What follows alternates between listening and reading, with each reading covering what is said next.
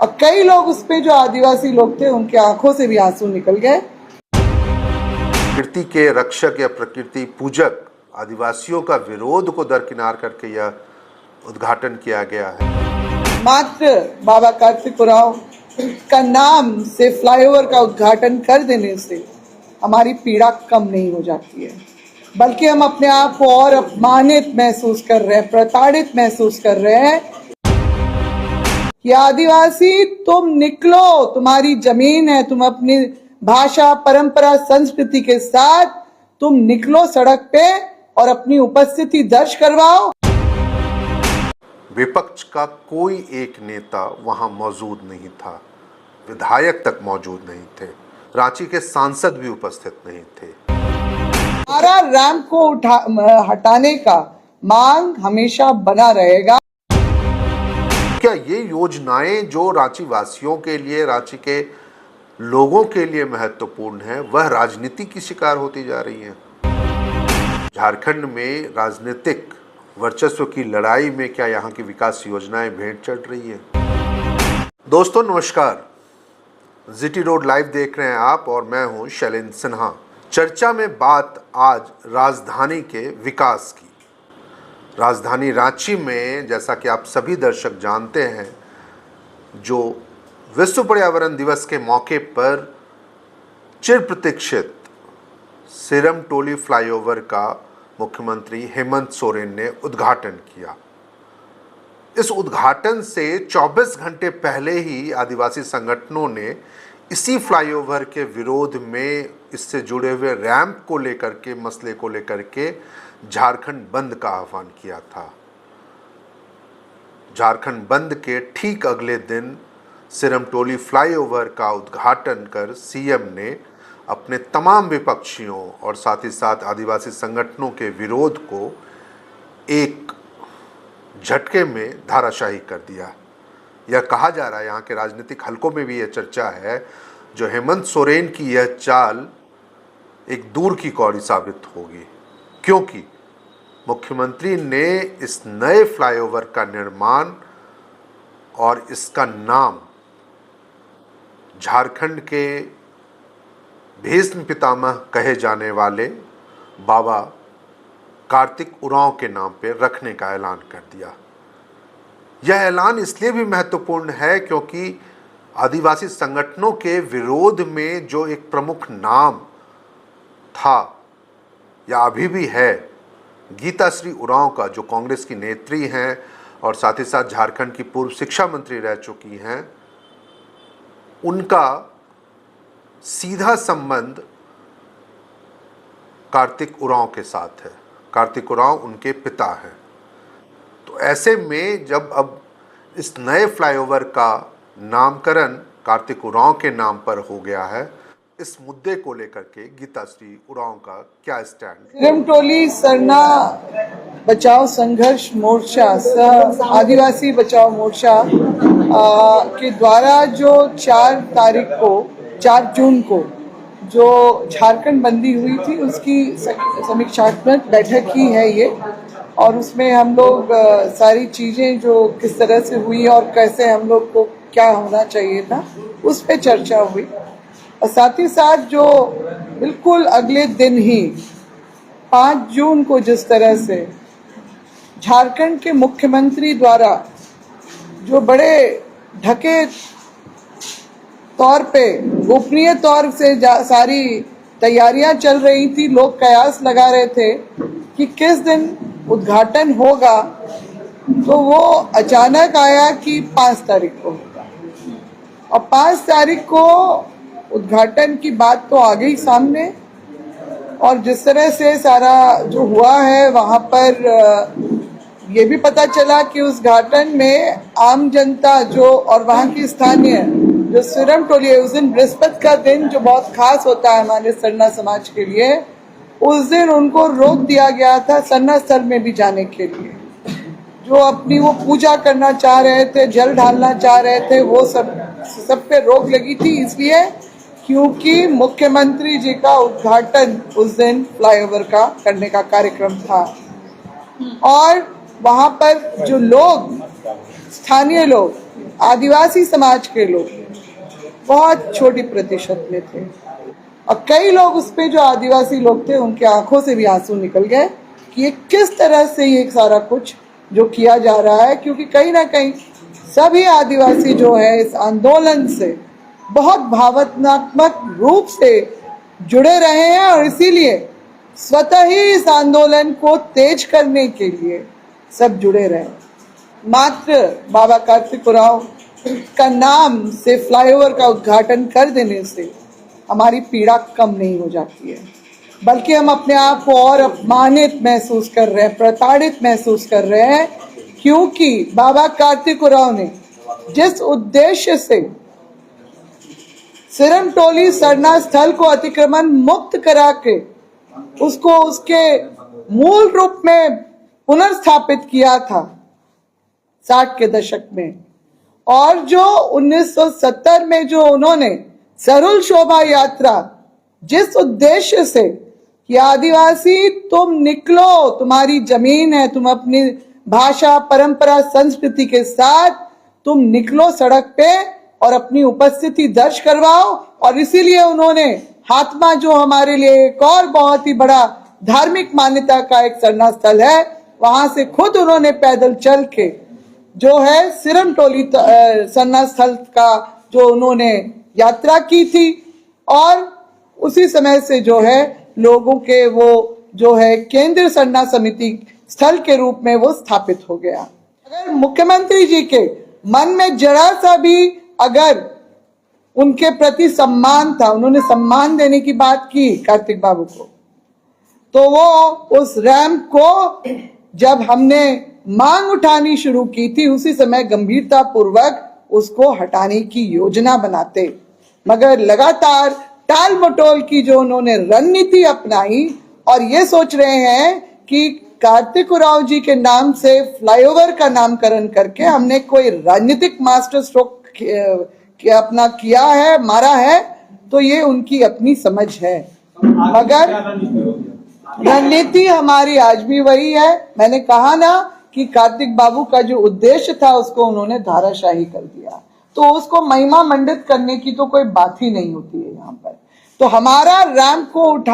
हटाने का मांग हमेशा बना रहेगा, वो इसलिए क्योंकि उस रैंप के उतरने से जो हमारे समाज के लोगों को सरुल पर्व में जो वहां पर लाखों की संख्या में आते हैं, जो अपनी श्रद्धा से आते हैं स्वतः, उनको जो असुविधा होगी और जो परेशानियां होंगी, उन परेशानियों में हम जोड़ के देखते हैं हादसों को। सरना ये हितैषी होने की बात करते हैं और उन्होंने हमारे ही जो इतना जो है इस चीज को उन्होंने अपमानित करने का काम किया, ये आदिवासी समाज कभी नहीं भूलेगा। खैर, चर्चा हमारी यह नहीं है जो उनका नामकरण और उनके विरोध को लेकर के चीज़ें क्या चल रही हैं रांची में। चर्चा महत्वपूर्ण यह है राजनीति का क्या शिकार होता जा रहा है राजधानी में विकास परियोजनाएं, क्योंकि इस उद्घाटन समारोह में मंच पे जितने भी नेता नजर आए वो तमाम लोग सत्ताधारी दल से जुड़े हुए थे। विपक्ष का कोई एक नेता वहां मौजूद नहीं था, ना इस विधानसभा क्षेत्र जिसका प्रतिनिधित्व या जिस क्षेत्र में डोरंडा फ्लाईओवर आता है, सिरमटोली फ्लाईओवर आता है, उसके विधायक तक मौजूद नहीं थे। इस फ्लाईओवर का एक हिस्सा रांची विधानसभा क्षेत्र में आता है जिसका प्रतिनिधित्व बीजेपी के वरिष्ठ विधायक और पूर्व मंत्री सीपी सिंह करते हैं, तो वहीं एक हिस्सा हटिया विधानसभा क्षेत्र में आता है जिसका प्रतिनिधित्व बीजेपी के ही एक अन्य विधायक नवीन जायसवाल करते हैं। लेकिन इन दोनों की गैर मौजूदगी इस समारोह में रही। इसी तरह इस कार्यक्रम में रांची के सांसद भी उपस्थित नहीं थे। आप सभी जानते हैं जो रांची के सांसद केंद्रीय रक्षा राज्य मंत्री संजय सेठ है, लेकिन उनकी गैर मौजूदगी ने भी एक सवाल ज़रूर खड़ा कर दिया है, क्या रांची की विकास योजनाएं, विकास परियोजनाएं जो भी हैं और ख़ासकर जो महत्वपूर्ण हैं वो राजनीति की शिकार होती जा रही हैं। सत्ताधारी दलों के नेताओं का जमावड़ा हुआ मंत्री आए, मंत्री शिल्पा नेहा तिर्की मौजूद थी, मंत्री संजय यादव मौजूद थे, मंत्री सुदिव्य कुमार मौजूद थे, मुख्यमंत्री मौजूद थे, राज्यसभा सांसद बहुआ मांझी मौजूद थी, विधायक कल्पना सोरेन मौजूद थी और तमाम अधिकारी मौजूद थे। लेकिन विपक्ष की गैर मौजूदगी कई सवाल खड़े करती है। यह सवाल इसलिए भी महत्वपूर्ण है जो अगले कुछ दिनों में राजधानी रांची के एक दूसरे flyover, Ratu road flyover, elevated flyover है, उसका उद्घाटन भी होना है। यदि आप संजय सेठ जो केंद्रीय रक्षा राज्य मंत्री है उनके सोशल मीडिया हैंडल को देखें तो उस पर पिछले ही दिनों उन्होंने एक सूचना डाली थी जो 19 जून को रातू रोड फ्लाईओवर का उद्घाटन या लोकार्पण केंद्रीय सड़क परिवहन मंत्री नितिन गडकरी करेंगे। हैरानी इस बात को लेकर के भी है जो क्या इस उद्घाटन के मौके पर मुख्यमंत्री हेमंत सोरेन मौजूद रहेंगे या नहीं, क्योंकि पिछले दिनों जितनी बार भी रातू रोड फ्लाईओवर का निर्माण कार्य हुआ या उसका औचक निरीक्षण या निरीक्षण करने का काम हुआ तो उस बार एक बार भी यह खबर मीडिया में नहीं आई जो मुख्यमंत्री हेमंत सोरेन उसे देखने पहुंचे थे। या इसलिए भी शायद हो सकता है क्योंकि रातू रोड फ्लाईओवर का निर्माण केंद्र सरकार के पैसे से हो रहा है, केंद्रीय सड़क एवं परिवहन मंत्रालय इसका निर्माण करवा रहा है। तो क्या ये योजनाएं जो रांची वासियों के लिए, रांची के लोगों के लिए महत्वपूर्ण है, वह राजनीति की शिकार होती जा रही हैं? जिस तरह से ये कहा जा रहा है जो सिरमटोली फ्लाईओवर का निर्माण झारखंड सरकार के पैसे से हुआ है, इसलिए शायद इसमें दिलचस्पी मुख्यमंत्री हेमंत सोरेन की ज़्यादा रही और उन्होंने स्वयं इसका लगभग आज से 3 साल पहले इसका शिलान्यास किया था और उसे अब पूरा करवाया गया, तो उनकी रुचि उसमें ज़्यादा रही थी। और उन्होंने कहा भी था अपने मन से अपने संबोधन में जो राज्य सरकार ने रिकॉर्ड समय में इसे पूरा करवाया और आधुनिकतम तमाम तकनीकों जो किसी भी पुल निर्माण को लेकर के फ्लाईओवर के निर्माण में हो सकती हैं वो सब करवाएं। क्योंकि आप सभी जानते हैं जो किस तरह से मलेशिया से हैंगिंग मंगवाए गए या दूसरी अत्याधुनिक मशीनें मंगवाई गई, तो ऐसे में आखिर गैप क्यों आ रहा है? राजनीतिक दलों में जनप्रतिनिधियों का जो एक कह सकते हैं जो प्रोटोकॉल है, जो किसी भी विकास कार्यों के उद्घाटन या लोकार्पण में स्थानीय विधायकों की मौजूदगी होनी चाहिए, स्थानीय सांसद की मौजूदगी होनी चाहिए, राज्य के मुख्यमंत्री की, खासकर जब वो बड़ी योजनाएं होती हैं उनकी मौजूदगी होनी चाहिए। लेकिन यदि उनकी अनुपस्थिति होती है, उनकी उस योजनाओं में रुचि नहीं होती है या उनकी सहभागिता नहीं दिखती है, तो इसका मतलब यही है जो यह राजनीति की शिकार होती जा रही है। यह सवाल इसलिए भी महत्वपूर्ण है क्योंकि सिरमटोली फ्लाईओवर के बाद नेता विपक्ष झारखंड विधानसभा के और झारखंड भाजपा के प्रदेश अध्यक्ष बाबूलाल मरांडी ने ये ज़रूर कहा जो जिस तरीके से गुपचुप तरीके से इस फ्लाईओवर का उद्घाटन हुआ वह हैरान करने वाला है। उन्होंने हालांकि रांची वासियों को इस बात के लिए बधाई दी जो आने वाले समय में इस पुल के बनने से, फ्लाईओवर के बनने से उन्हें जाम जैसी महत्वपूर्ण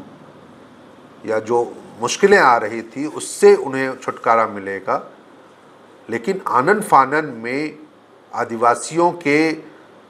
विरोध को नज़रअंदाज करते हुए जिस प्रकार से मुख्यमंत्री ने इसका उद्घाटन किया गुपचुप तरीके से, उनका ये आरोप है, वह सवालों को जन्म देता है। बाबूलाल मरांडी का यह भी कहना है जो विश्व पर्यावरण दिवस के जब प्रकृति के रक्षक या प्रकृति पूजक आदिवासियों का विरोध को दरकिनार करके यह उद्घाटन किया गया है, यह सही नहीं। हालांकि इससे पहले जब मुख्यमंत्री ने इस पुल का उद्घाटन किया, फ्लाईओवर का उद्घाटन किया, तो उन्होंने अपने संबोधन में विपक्ष के नेताओं के ऊपर या विपक्ष को लेकर के किसी प्रकार के सवाल नहीं खड़े किए, ना ही कोई राजनीतिक बयानबाजी की। उन्होंने झारखंड सरकार की प्रतिबद्धताओं को दोहराया, विकास के कार्यों को दोहराया, झारखंड के सतत विकास को दोहराया। लेकिन जिस तरीके से विपक्ष के नेताओं की मौजूदगी इस कार्यक्रम में नहीं हुई, उससे तो ये सवाल ज़रूर आता है जो झारखंड में राजनीतिक वर्चस्व की लड़ाई में क्या यहाँ की विकास योजनाएं भेंट चढ़ रही है? देखिए, विकास या विकास की संबंधी योजनाएं एक सतत प्रक्रिया है। एक बार यदि किसी भी विभाग ने उसकी मंजूरी दे दी और वो काम यदि शुरू हो गया तो फिर राज्य में चाहे प्रशासन में कोई भी रहे, किसी की भी मौजूदगी रहे, लेकिन वो काम समय से पूरा होता है। तो ऐसे में उसे राजनीति का मोहरा या फिर एक राजनीति के तौर पर रखने की ज़रूरत कम से कम झारखंड जैसे राज्यों के लिए तो नहीं होनी चाहिए, क्योंकि आप सभी जानते हैं जो आज 25 साल झारखंड को बने हुए होने जल्द ही पूरे होंगे, और इसी दौरान जब झारखंड के साथ 2 अन्य और राज्यों का गठन हुआ था, चाहे वो छत्तीसगढ़ हो चाहे वो देहरादून हो, तो आज विकास के मापदंडों पे वो दोनों राज्य कहाँ खड़े हैं और झारखंड कहाँ खड़ा है। तो हमारी चर्चा इसी बात को लेकर के थी, जो झारखंड के विकास को कम से कम पक्ष और विपक्ष की राजनीति से मुक्त रहना चाहिए। झारखंड के 3.5 करोड़ जनता के प्रति दोनों दलों का, चाहे वो सत्ताधारी दल हो चाहे विपक्ष के दल हो, दोनों दलों की प्रतिबद्धता ज़रूरी है यहाँ के लोगों के विकास के लिए, यहाँ के लोगों की उन्नति के लिए, सुख समृद्धि के लिए। तो ऐसे में हमारी अपील दोनों दलों से या दोनों पक्षों से यही रहेगी, जो वह अपनी राजनीति को परे रखते हुए झारखंड के विकास को, यहाँ की विकास योजनाओं को महत्व दे। इस चर्चा में बस इतनी ही बात है। आपको यह चर्चा कैसी लगी कमेंट करके ज़रूर हमें बताइएगा। साथ ही साथ एक और अपील आप सभी तमाम लोगों से, जो यदि आपने GT रोड लाइव चैनल को अब तक सब्सक्राइब नहीं किया हो तो ज़रूर इसे सब्सक्राइब कर लें।